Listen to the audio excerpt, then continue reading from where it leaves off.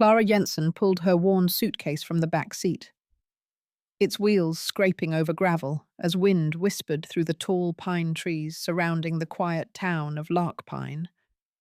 Her eyes were still puffy from the long drive and from everything else she hadn't let herself cry about. The divorce papers had been signed 6 weeks ago, the apartment sold, the future she'd built torn down like it never existed. No one here knew her name. That was the point. The house inherited from her late grandmother sat at the edge of the woods, a small, weathered cottage with ivy crawling up its sides and paint peeling like old bark. Beside it stood an old woodworking shed, its door sagging on rusted hinges. Clara didn't plan to go near it. She wasn't here to remember. She was here to forget. That first night passed in a haze of silence and half-sleep. But on the third night, as she sat curled in an old chair, reading by the weak light of the fireplace, there came a knock. Soft, steady, from the back of the house. She froze. 3 taps, firm, patient. It wasn't the wind.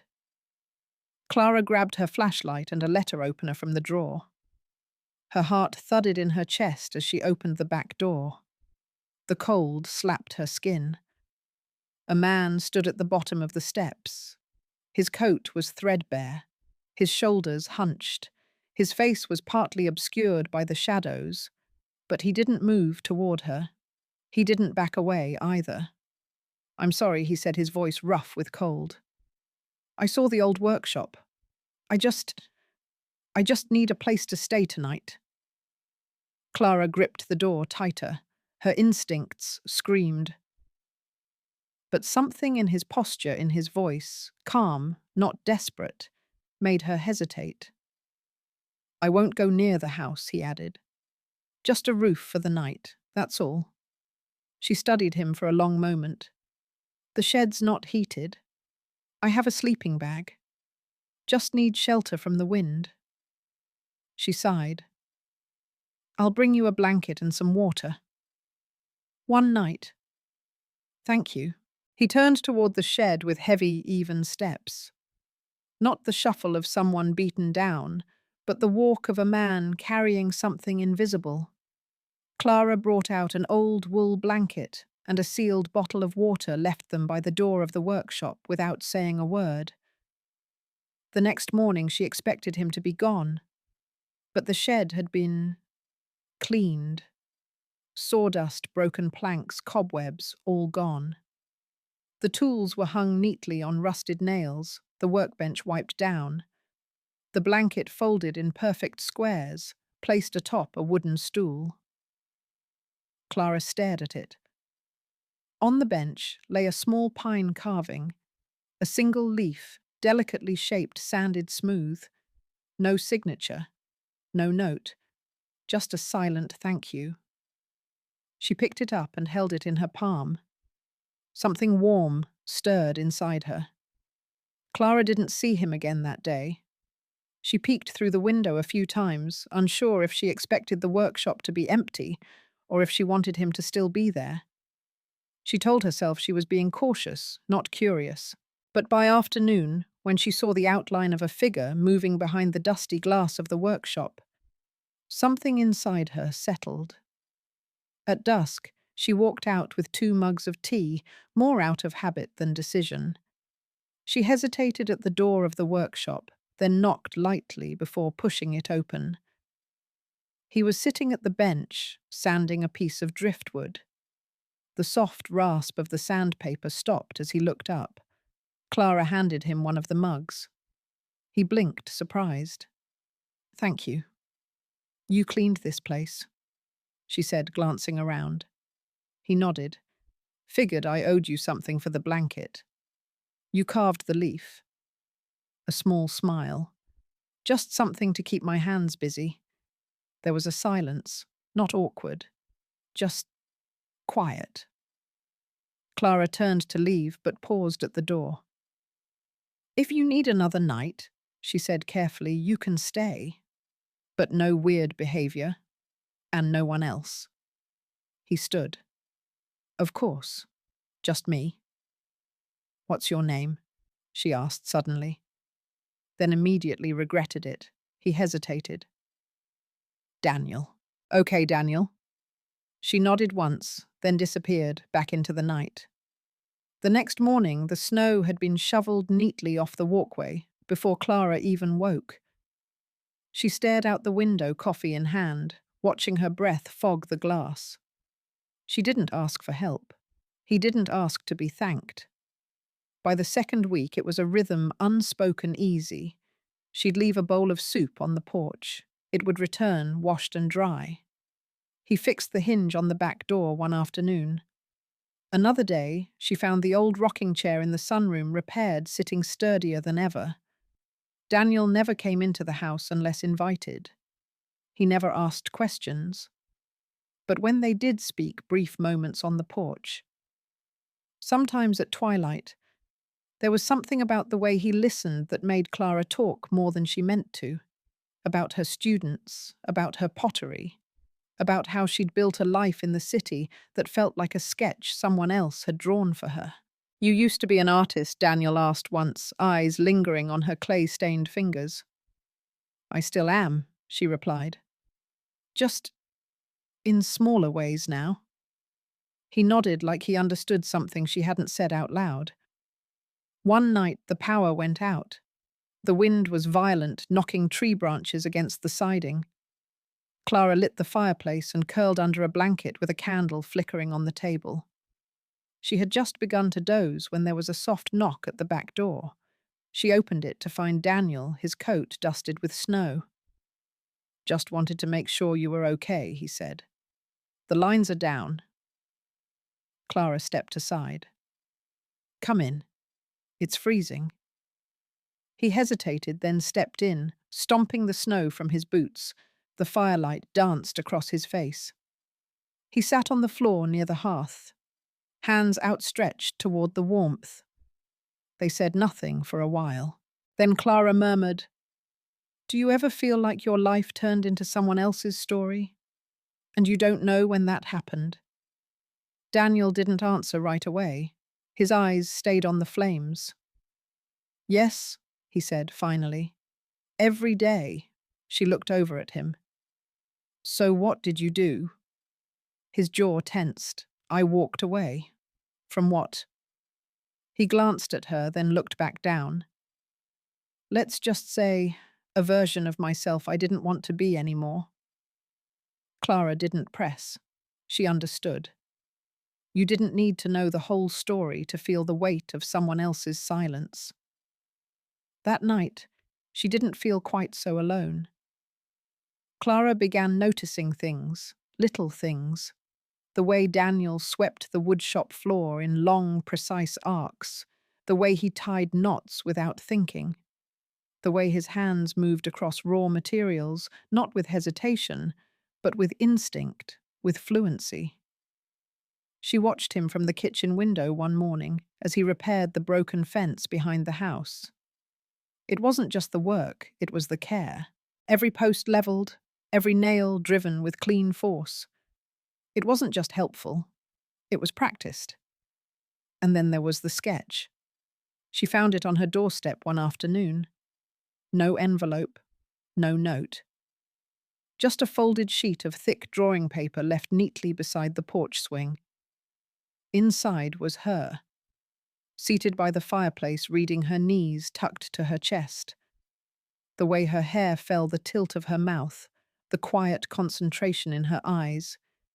It was all there rendered in soft graphite lines. Not flattering, just real. Clara sat with it in her lap for a long time. How did he see that she hadn't even noticed her own expression until she saw it on paper? When she finally walked out to the workshop, Daniel was sanding another piece of driftwood as if nothing had happened. You drew this, she said, holding out the page. He looked up. Yes. She opened her mouth to speak, but the words tangled. I didn't mean to make you uncomfortable, he said softly. It was just something I saw. She hesitated, then folded the paper back and held it against her chest. It's beautiful. A small pause. I used to draw all the time, Daniel murmured, before I forgot how. Clara studied him. How do you forget something like that? He didn't answer, just returned to sanding. Later that week, she invited him to dinner. It wasn't planned. She had made too much soup, and the night felt heavier than usual. When she opened the back door and called out, he looked genuinely startled. You sure? He asked. Yes. They ate at the small wooden table by the window bowls, warm between them. Outside, snow was beginning to fall again, soft as flour through the dark. Daniel was quiet, but not withdrawn. When he did speak, he spoke slowly, like each word mattered. He talked about music in abstract ways, like sound could paint. He knew names of obscure composers Clara only vaguely remembered from college.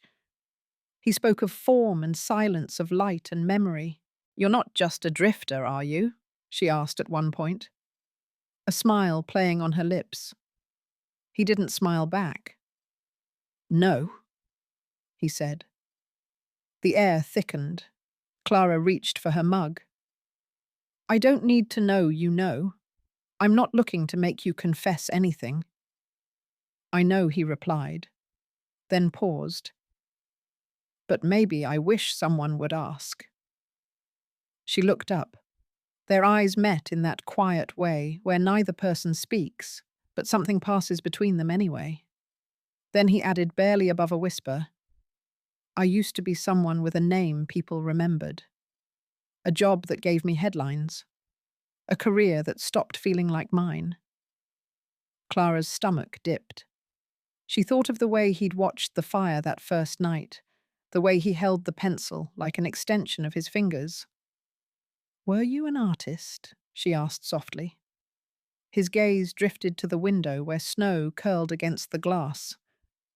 I was a designer. Product. Tech. Creativity turned to machinery. Success turned to noise. One day, I realized I hadn't made something with my hands in 5 years.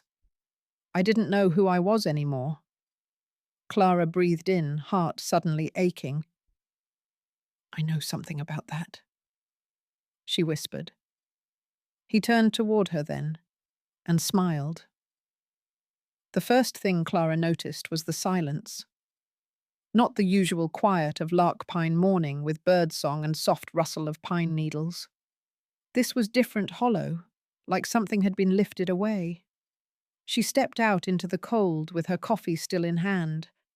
Snow crunched beneath her slippers as she walked to the workshop. The door was open an inch.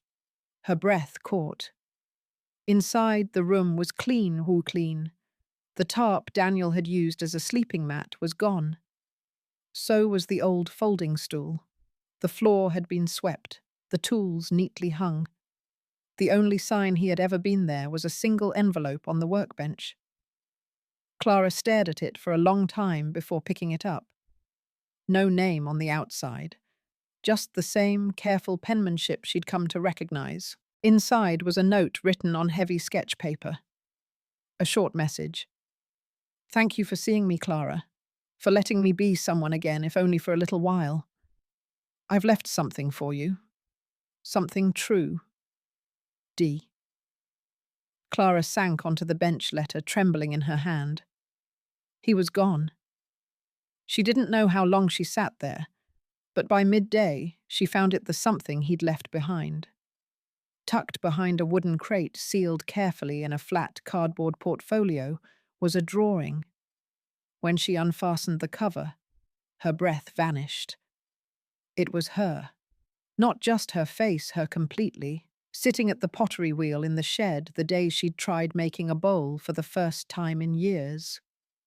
Her brow furrowed, hands messy with clay strands of hair falling over her cheek. But that wasn't what undid her. It was the expression, a quiet, vulnerable kind of focus. Like she was listening for something deep inside herself. Something only Daniel had seen. And he had captured it. Tears slid down her cheeks, silent and unresisted. Not because he left, but because he saw her, really saw her, when no one else had, when she hadn't even seen herself. That night, Clara hung the drawing in her studio. She didn't try to explain why. It simply belonged there. For days, she moved through life in soft rhythms. She taught her classes. She shaped her clay. But something lingered. A presence woven into the silence of her home, the way she sipped tea at night and looked out toward the workshop, now empty. One morning, a plain envelope arrived in the mailbox. No return address. Just her name in thick black ink. Inside, a single card with a printed flyer, Objects of Quiet Light, a private exhibition, by D. Hart Location. Vancouver, WA, limited viewing, 1 day only. No note, no explanation. Just a time, a place, and her name on the guest list. Clara stared at the paper for a long time. Her hands shook. D. Hart. She whispered it aloud, and something inside her clicked into place. It hadn't been just coincidence. The skill, the instinct, the way he disappeared. Daniel had never really been a stranger. He had been hiding in plain sight. The air in Vancouver buzzed with motion cars skimming puddles on wet streets, pedestrians crossing against fading lights shop windows, reflecting the restless gleam of evening. Clara stood at the corner, holding her coat closed at the collar, the invitation pressed between her gloved hands. The gallery stood quietly between a wine shop and a shuttered bookstore, its windows frosted at the edges. Its door a deep walnut brown, with no signage, just a subtle brass plate Studio Heart. Clara stepped inside. The warmth hit her first, then the silence. Not emptiness, but reverence. The kind of quiet that wrapped around you like velvet. The space was small, intimate, and bathed in soft golden light. Canvases lined the walls, and each one made her inhale sharply. They were all of her. Not posed, not stylized, real. There she was, sitting on the porch step, with her hands wrapped around a mug. Eyes, distant mouth, gently furrowed. There she was again, smoothing clay between her fingers at the pottery wheel. Another painting captured her laughing head, tossed back wind in her hair. Snowflakes caught on her lashes. A moment she barely remembered, frozen forever in watercolor and light. She moved from piece to piece, heart-thudding hands trembling. The intimacy of it was staggering. It felt like she was walking through her own soul. Then, in a quiet alcove near the back, beneath a single spotlight, she found the smallest piece. A pencil sketch, the two of them, Clara and Daniel, seated across from each other in the glow of firelight. She could see the moment perfectly, that stormy night, the crackling of wood, the unspoken truths in the space between their silence. Daniel had drawn it exactly as it had felt, and beneath the image, in tiny handwriting, 3 words: what was real? Clara covered her mouth. Someone behind her cleared their throat. She turned. There he was. No layers, no coat, no shadows. Daniel D. Hart stood just inside the doorway. His hair swept back, beard trimmed, wearing a dark charcoal shirt. He looked older than she remembered, but steadier too, clearer. He stepped closer, cautiously. "I didn't expect you to come," he said. Clara's voice was low. "I didn't expect to see myself like that. I didn't draw you for them," he said quietly, glancing at the walls.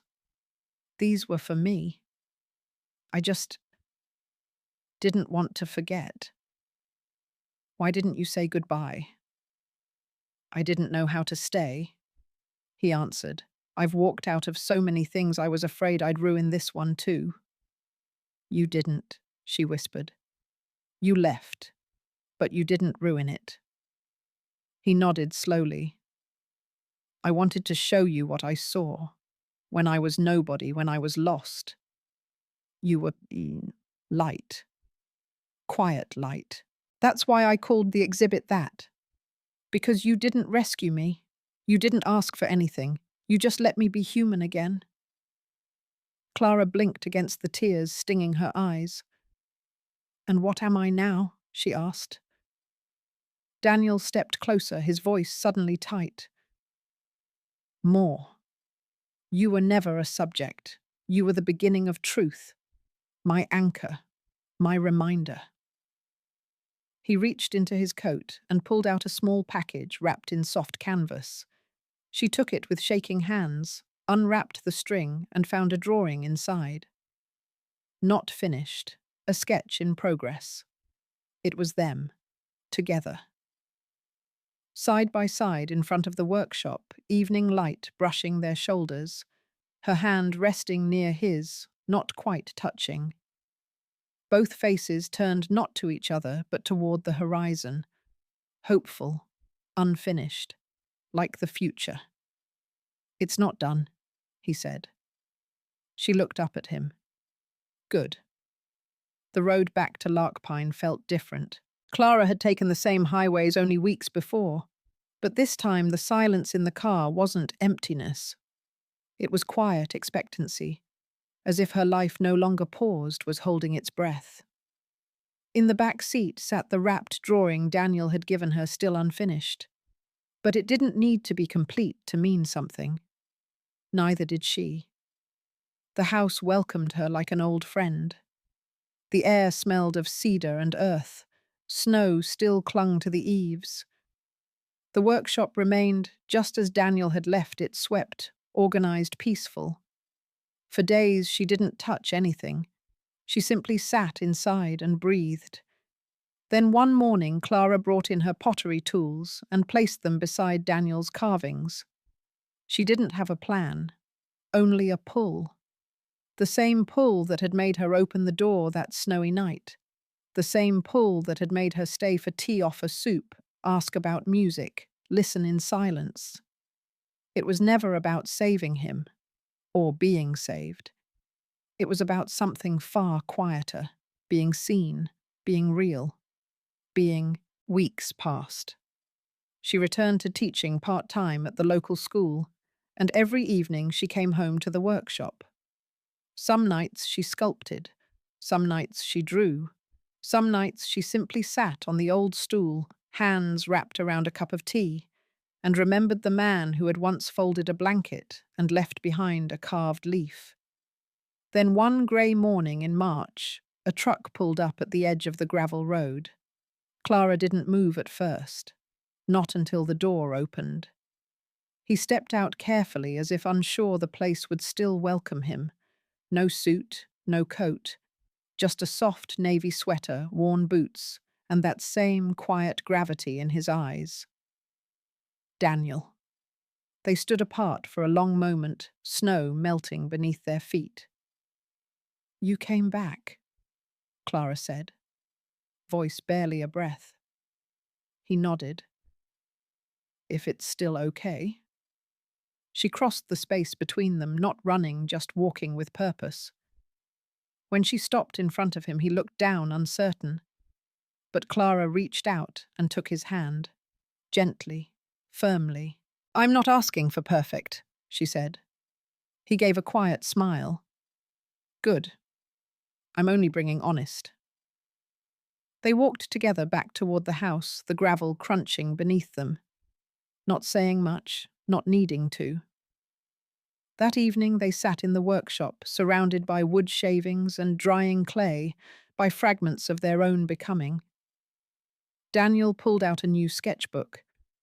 Clara placed a fresh block of stoneware on the wheel, and between them no vows, no declarations, only space and presence, and a kind of love not made of lightning but of light that stays, the kind that sees, the kind that stays.